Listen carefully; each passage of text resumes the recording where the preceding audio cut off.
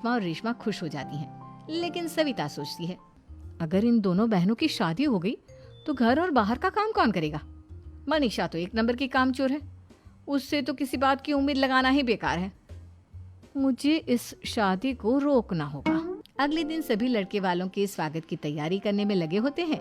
तभी मयंक अपनी बहनों से आकर कहता है, तैयार हो गई तुम दोनों? देखो दोनों लड़के बहुत अच्छे हैं, मैं कोई कसर नहीं छोड़ना चाहता, इसलिए तुम उनके सामने अच्छे से बिहेव करना और अपनी भाभी से लड़ने मत लग जाना। करिश्मा, तुम वो नेकलेस पहन लो ना जो मैं तुम्हारे लिए लाया था। भैया मैं बहुत देर से वो नेकलेस ढूंढ रही हूँ, लेकिन मुझे मिल ही नहीं रहा। क्या तुमने नेकलेस खो दिया? तुम्हें पता भी है वो कितना महंगा था? तुम कोई काम ढंग से नहीं कर सकती। मयंक गुस्से में वहां से चला जाता है। थोड़ी देर बाद लड़के वाले भी आ जाते हैं। वो दोनों बहनों को पसंद कर लेते हैं और रिश्ता पक्का हो जाता है। लेकिन सविता के दिमाग में तो कुछ और ही खिचड़ी पक रही थी। वो पंडित जी के पास करिश्मा की कुंडली लेकर जाती है और उन्हें पैसे देकर करिश्मा की कुंडली बदलवा देती है। जब लड़के वालों के पास करिश्मा की कुंडली जाती है तो वो दुर्गा को फोन करते हैं। बहन जी, हमने करिश्मा की कुंडली अपने पंडित जी को दिखाई थी। आपकी बेटी की कुंडली नहीं बल्कि दोषों का पिटारा है। देखिए, मैं और मेरे पति इन सब बातों में बहुत विश्वास करते हैं, इसलिए हम आपकी बेटी से अपने बेटे की शादी नहीं करा सकते। इस तरह करिश्मा का रिश्ता टूट जाता है और सभी घर वालों को बहुत दुख होता है। अब कविता सोचती है, चलो करिश्मा का तो रिश्ता टूट गया, अब रेशमा का भी रिश्ता तोड़ना है। क्या करूं? अब सविता आवाज बदलकर किसी अननोन नंबर से रेशमा के होने वाले ससुराल में फोन करती है। हेलो, मैं कौन हूँ कौन नहीं ये आपके लिए जानना जरूरी नहीं। बस इतना सुन लो कि रेशमा का 2 साल से किसी के साथ अफेयर चल रहा है। बस रेशमा का रिश्ता तोड़वाने के लिए सविता का इतना कहना काफी था। अब रेशमा का भी रिश्ता टूट गया।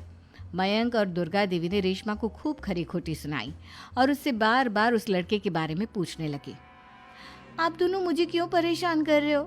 अरे कोई लड़का होगा मेरी लाइफ में तो मैं बताऊंगी ना, जब कोई है ही नहीं तो कहाँ से लाऊं मैं कोई लड़का? तो तेरे होने वाले ससुराल वालों को फोन किसने किया था? माँ मैं नहीं जानती किसने फोन किया था, मैं सच कह रही हूँ। मैं तो पहले ही कह रही थी इसकी लगाम खींच कर रखो, लेकिन मेरी सुनता ही कौन है। आप चुप रहिए भाभी, ये सब आपका ही किया धरा है।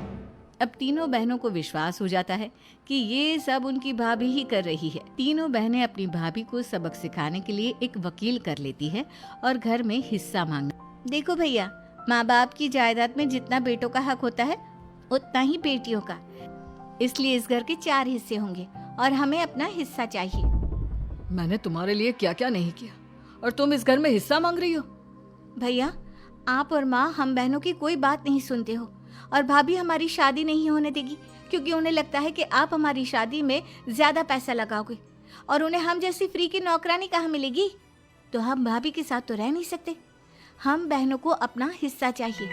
अरे तुम्हें शर्म आनी चाहिए अपनी भाभी पर ऐसा इल्जाम लगाते हुए।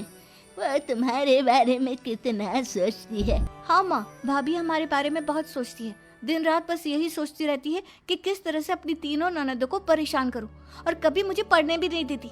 दोनों बहनों का रिश्ता भी तो इन्होंने ही तोड़वाया है और रात में हमारे कमरे में आकर हमारी चीजें भी चुराती हैं। इसी तरह सविता की तीनों ननदें अपनी बात पर अड़ी रही। अब कोर्ट में तारीख भी शुरू हो गई। जब सविता को लगा कि उसकी तीनों ननद इतनी आसानी से नहीं मानने वाली, तो उसने अपने पति और सास को सारी सच्चाई बता दी और अपनी तीनों ननद से माफी मांगी। मयंक और दुर्गा को भी अपनी गलती का एहसास हो गया। अब सविता खुद करिश्मा और रेशमा के लिए अच्छा रिश्ता ढूंढती है और उनकी शादी करवाती है।